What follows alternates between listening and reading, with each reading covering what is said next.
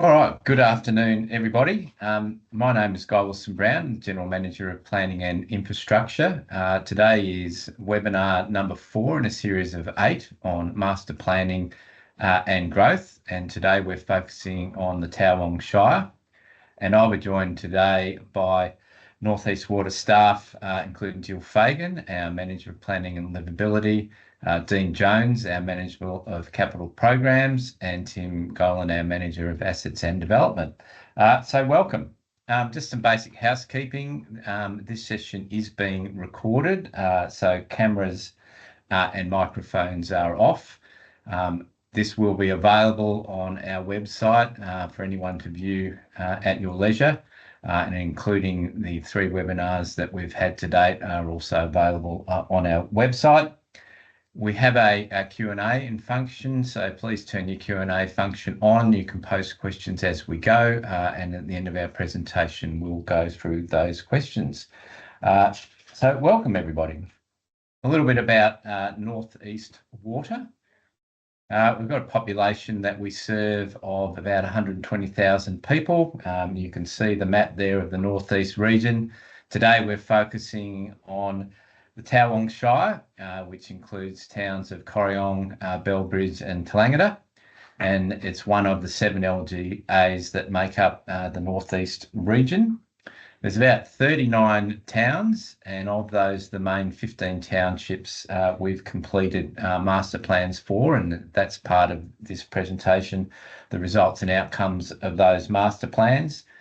We have about $1.6 billion worth of assets, which will help you appreciate, the significant challenge we have in renewing that infrastructure to ensure that our assets are fit for purpose. And amongst that $1.6 billion worth of assets, we have 21 water treatment plants and 22 wastewater treatment plants, and over 3,000 kilometres of pipeline that connect all those treatment plants together. We have a fairly low water bill of $1,040, one of the lowest in the States. And we've recently had an independent customer survey of over 2,000 customers that found that we had 94% customer satisfaction survey. And not forgetting, really importantly, we employ over 200 local staff at North East Water. Our priority focus, certainly water security, quality of water and water security to all our homes, and ensuring environmental compliance with our wastewater and recycled wastewater, complying with our general environmental duty and health regulations. Climate adaptation is very important to us.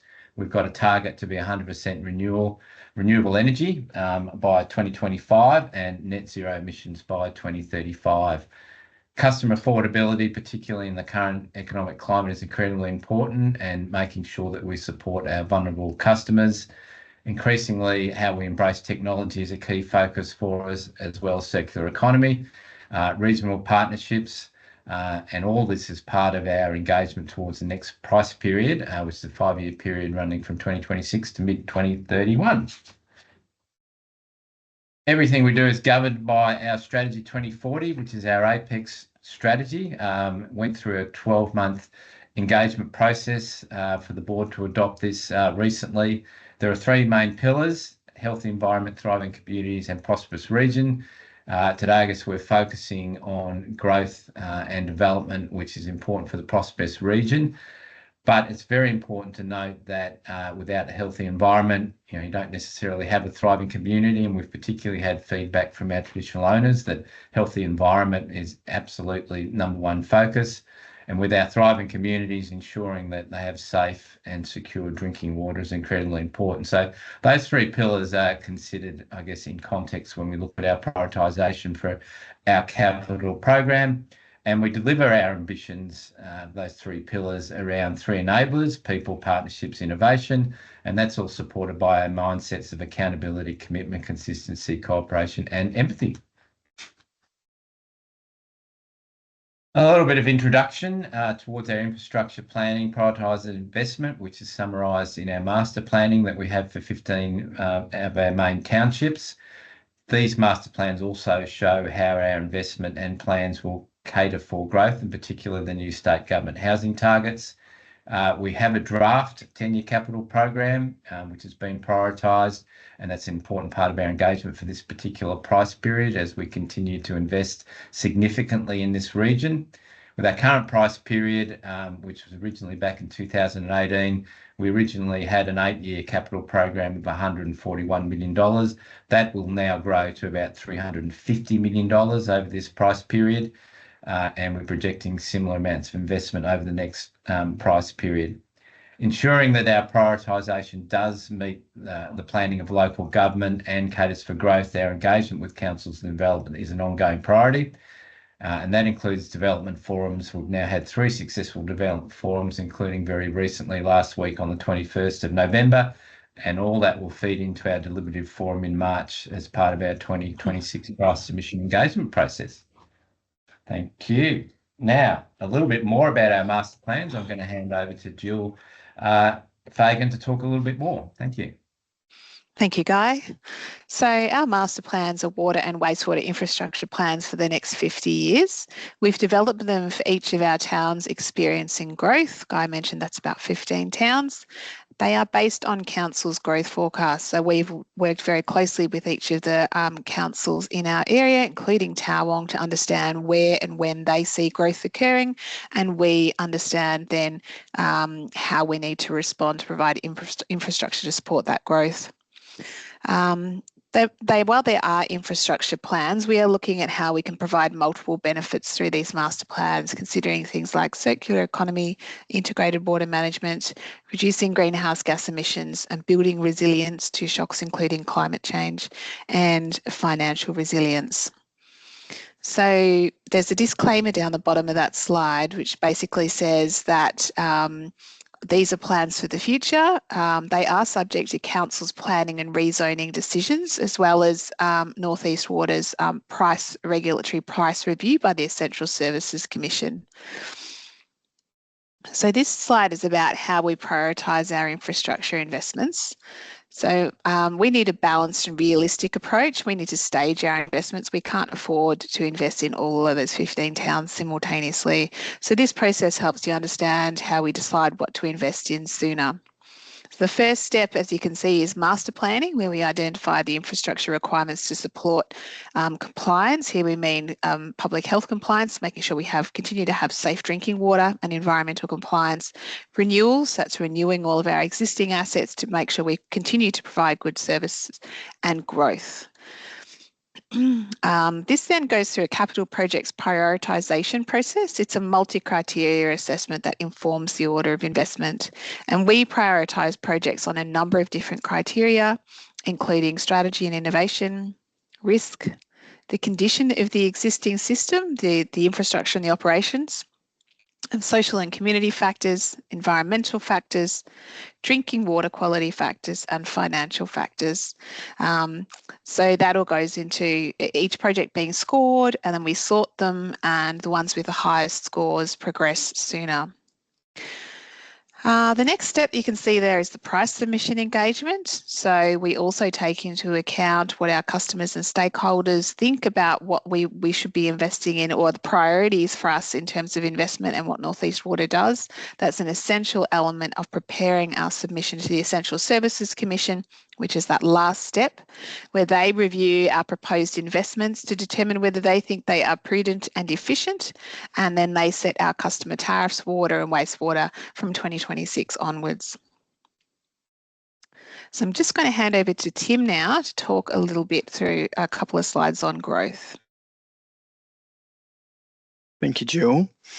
I just wanted to touch on a couple of key points in relation to the state government's targets for housing in both in North East Water's area of operations and I guess more broadly in regional areas.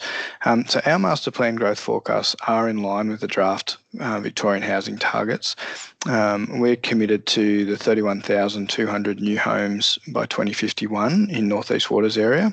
That's a smaller component, I guess, of the broader 425,000 odd new homes that are going to be required in regional areas over that period. As Guy mentioned earlier, over the course of our current price submission, we will have invested over $350 million in infrastructure. That includes approximately $90 million this year alone. We also know from the figures that we have that in Wodonga and Wangaratta, there's the equivalent of 3 years of housing target growth already approved that's available to commence construction. And that's a similar story in Yarrawonga, Bright and some other parts of our region.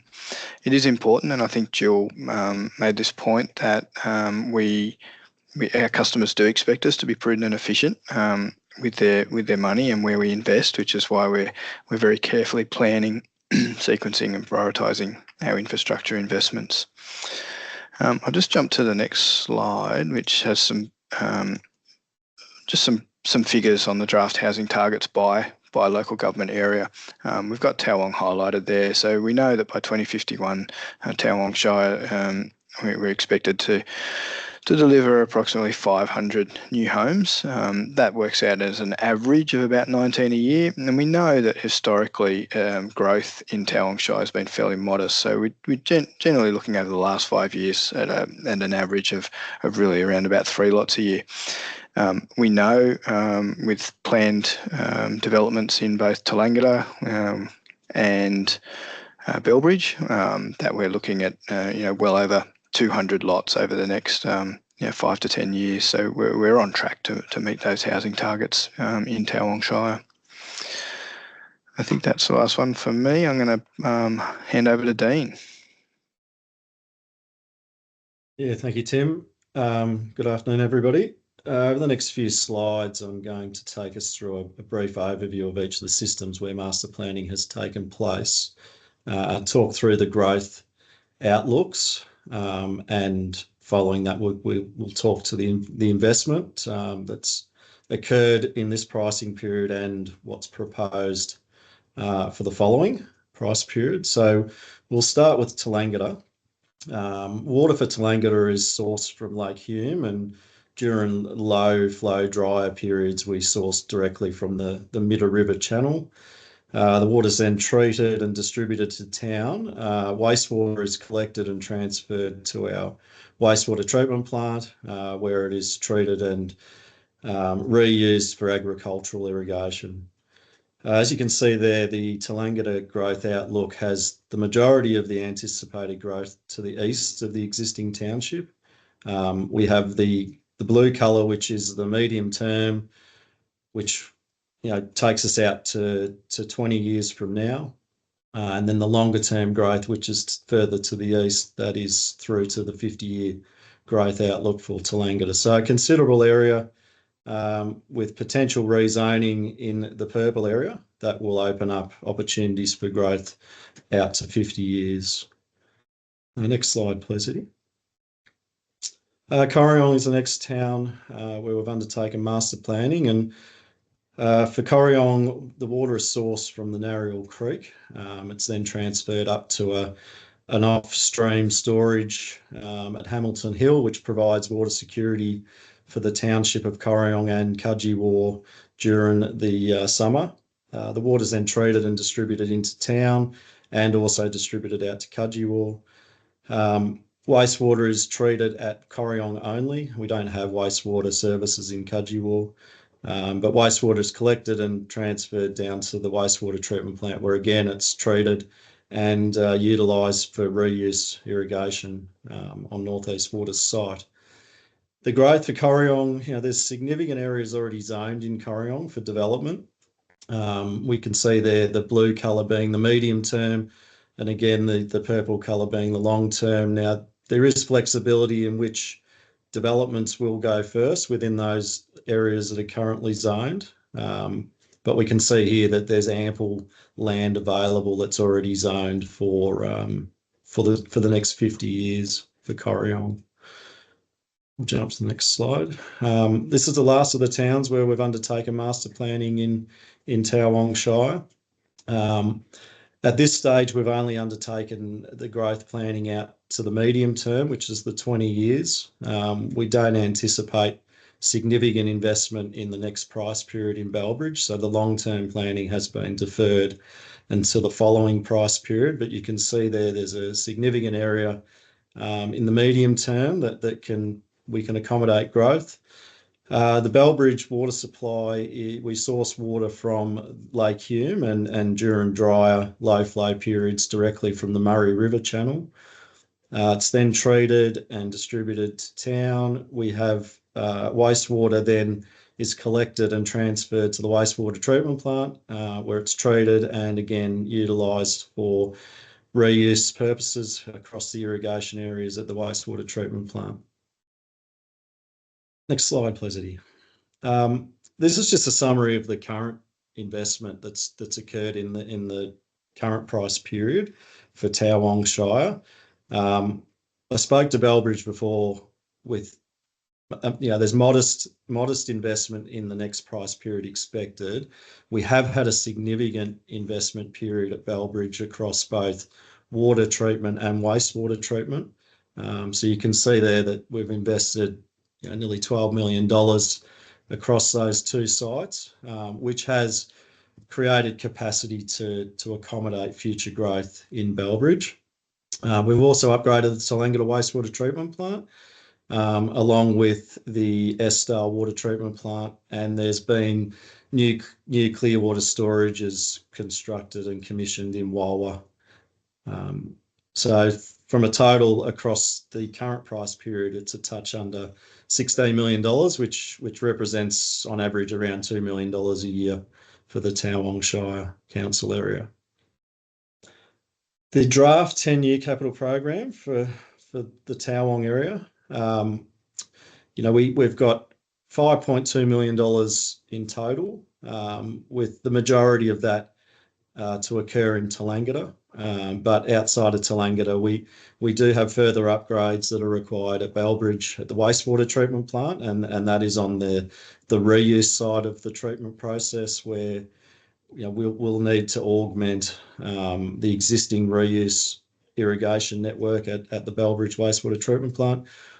We have some distribution optimisation works occurring in Corryong where we're decommissioning an existing storage and reconfiguring the network in the medium term.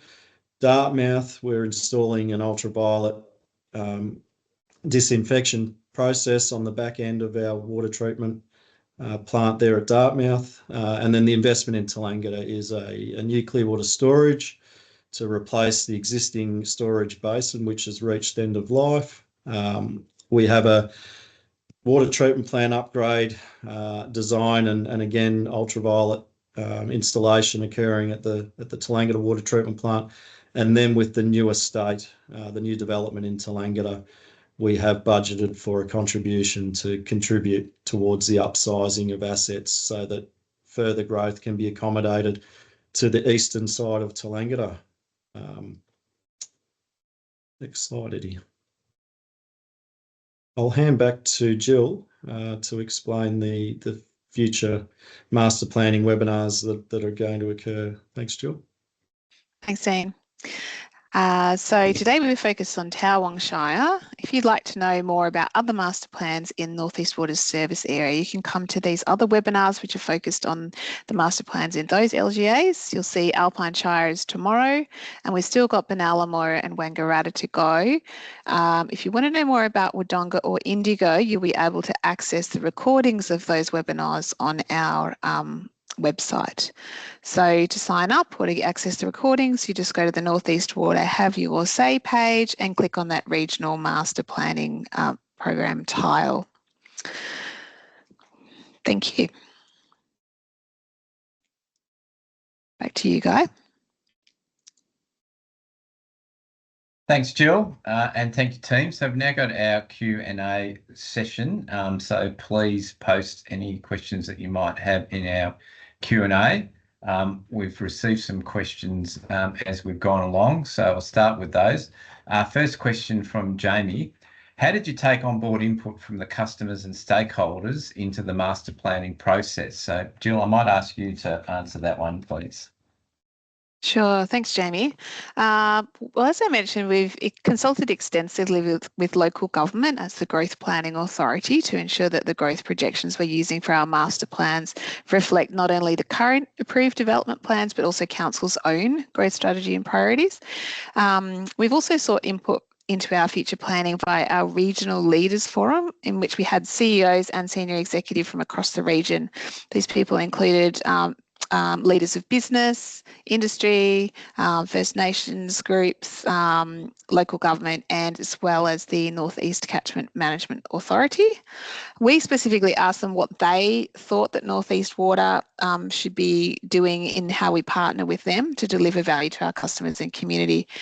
And we also conduct regular customer surveys to understand what our customers value from us and how they think we're delivering. And we have regular conversations with developers and other business and community organisations around their intentions in North East Water's service area. So all of that has come together to inform our master planning. Great, thanks, Jill. Next question from Misty. How will I know when the next developments in my town will commence? I might ask Dean to ask that one, please, Dean. Yeah, thanks, Guy. North East Water maintains a forward 5-year capital expenditure program, which you can access through our corporate plan or the state budget papers. These are refreshed and republished each year. The investment from 26-27 for the following 5 years, subject to the price submission engagement currently underway through economic modelling and then review by the North East Water Board and the Essential Services Commission. So by mid-2026, we will have a decision from our price regulator, and we'll have more certainty on the capital investments for the following 5 years. Thanks, Guy. Thanks, Dean. Another question from Misty. What will all this new infrastructure cost me as a customer? Jill, can you answer that one, please? Sure. So North East Water is committed to maintaining affordable bills for our customers, and our prices are levelised over time so that our customers get gradual bill increases rather than step changes over time. But we did, I think Guy did mention at the start that we have the second lowest water bills in Victoria, and we've had 15 years of very flat prices. And as you can see, that we need to invest significantly, and we won't be able to sustain that, given the investment required. So we'll be seeking price rises above CPI in our next price period. And it's also kind of worth noting that to fund all of our infrastructure investment in the last 5 years or so, we've had to undertake significant borrowings. So as our part of our price submission engagement, we have recently consulted our customers on what they're willing to pay for water and wastewater services. And we also had a bill simulator that people could use whether we actually ask customers 4 different questions about what they'd be willing to pay for, and that informs our price submission as well. But ultimately, the decision is by the ESC, our price regulator, as to how much we charge. Thank you. Great, thanks, Jill. And Jill, another question about master planning, which I'll also ask you to respond to. How do we consider environmental protection and biodiversity in the master plans? Yeah, thanks, Guy. Good question. We have heard from quite a number of our customers that they would like us to invest in environmental protection, including supporting waterway health. We work closely with the North East Catchment Management Authority, who is actually the catchment manager and looks after the waterways. But in our master plans, we identify multiple infrastructure service options that will work to support growth. And we do compare these options using a multi-criteria assessment to determine which is the preferred option. And this criteria also include environmental impact and integrated water management explicitly, which includes alternatives like constructed wetlands and providing purified recycled water for irrigation of public open space, which supports biodiversity and so on. I guess there's multiple ways in which we consider environmental and biodiversity in the way that we work. Thank you. Thanks, Jill. Question from Matthew. And Dean, I think I'll get you to address this one, please. What capacity remains for the planned works for the Towong growth beyond the Towong estate? Does it have capacity for proposed growth further east? Yeah, thanks, Guy, and thanks, Matthew, for the question.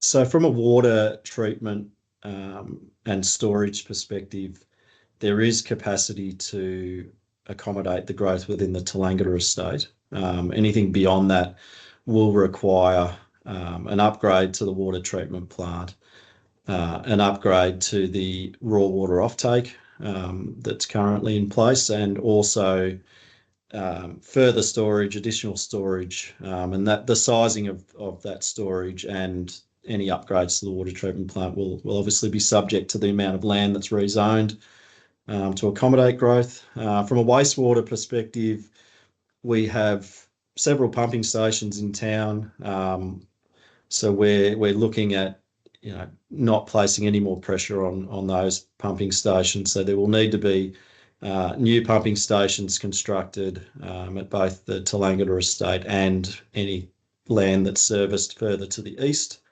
The wastewater treatment plant was recently upgraded, and we have created capacity there to service growth in the Tolangata estate, but also some growth beyond the Tolangata estate. But if we see significant growth, then there'll be some further upgrades required at the wastewater treatment plant.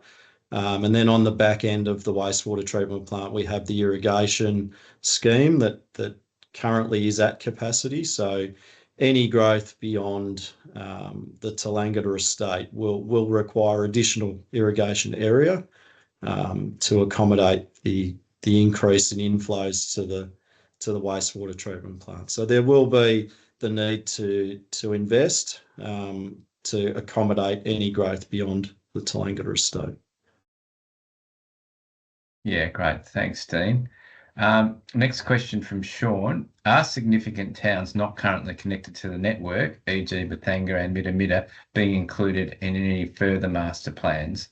Dean, I'll ask you to comment on this, but I guess the high-level response is no.